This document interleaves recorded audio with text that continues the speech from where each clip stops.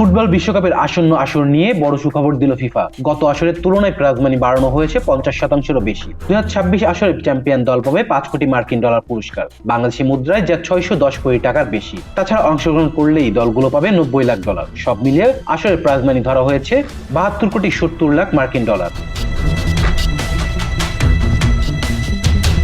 দোহায় ফিফা কাউন্সিলের বৈঠকে যুক্তরাষ্ট্র, কানাডা ও মেক্সিকোতে অনুষ্ঠিত হতে যাওয়া টুর্নামেন্টের প্রাইজ মানির ঘোষণা দেওয়া হয়।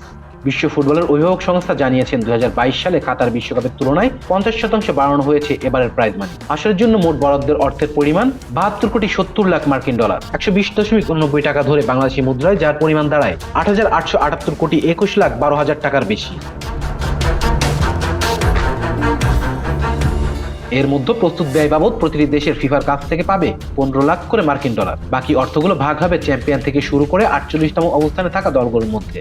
চ্যাম্পিয়ন দল পাবে সর্বোচ্চ 5 কোটি মার্কিন ডলার, যা বাংলাদেশি মুদ্রায় 610 কোটি টাকার বেশি। দ্বিতীয় সর্বোচ্চ 3 কোটি 30 লাখ মার্কিন ডলার পাবে রানার্স আপ দল, বাংলাদেশি মুদ্রায় যার পরিমাণ দাঁড়ায় 403 কোটি টাকা। এছাড়া তৃতীয় এবং চতুর্থ স্থান নির্ধারণকারী দলও পাবে বড় অঙ্কের অর্থ। 1 কোটি মার্কিন ডলারের বেশি অর্থ পাবে রাউন্ড অফ 32-এ জায়গা করে নেওয়া দলগুলো। এছাড়া গ্রুপ পর্ব থেকে ছিটকে যাওয়া দলগুলো পাবে 90 লাখ মার্কিন ডলার করে। সুতরাং প্রস্তুতি ব্যয় সহ ধরলে শুধু অংশগ্রহণ করলেই 1 কোটি 5 লাখ করে মার্কিন ডলার পাবে দলগুলো, যার পরিমাণ দাঁড়ায় 128 কোটি টাকার বেশি। Rezan Islam, B sports.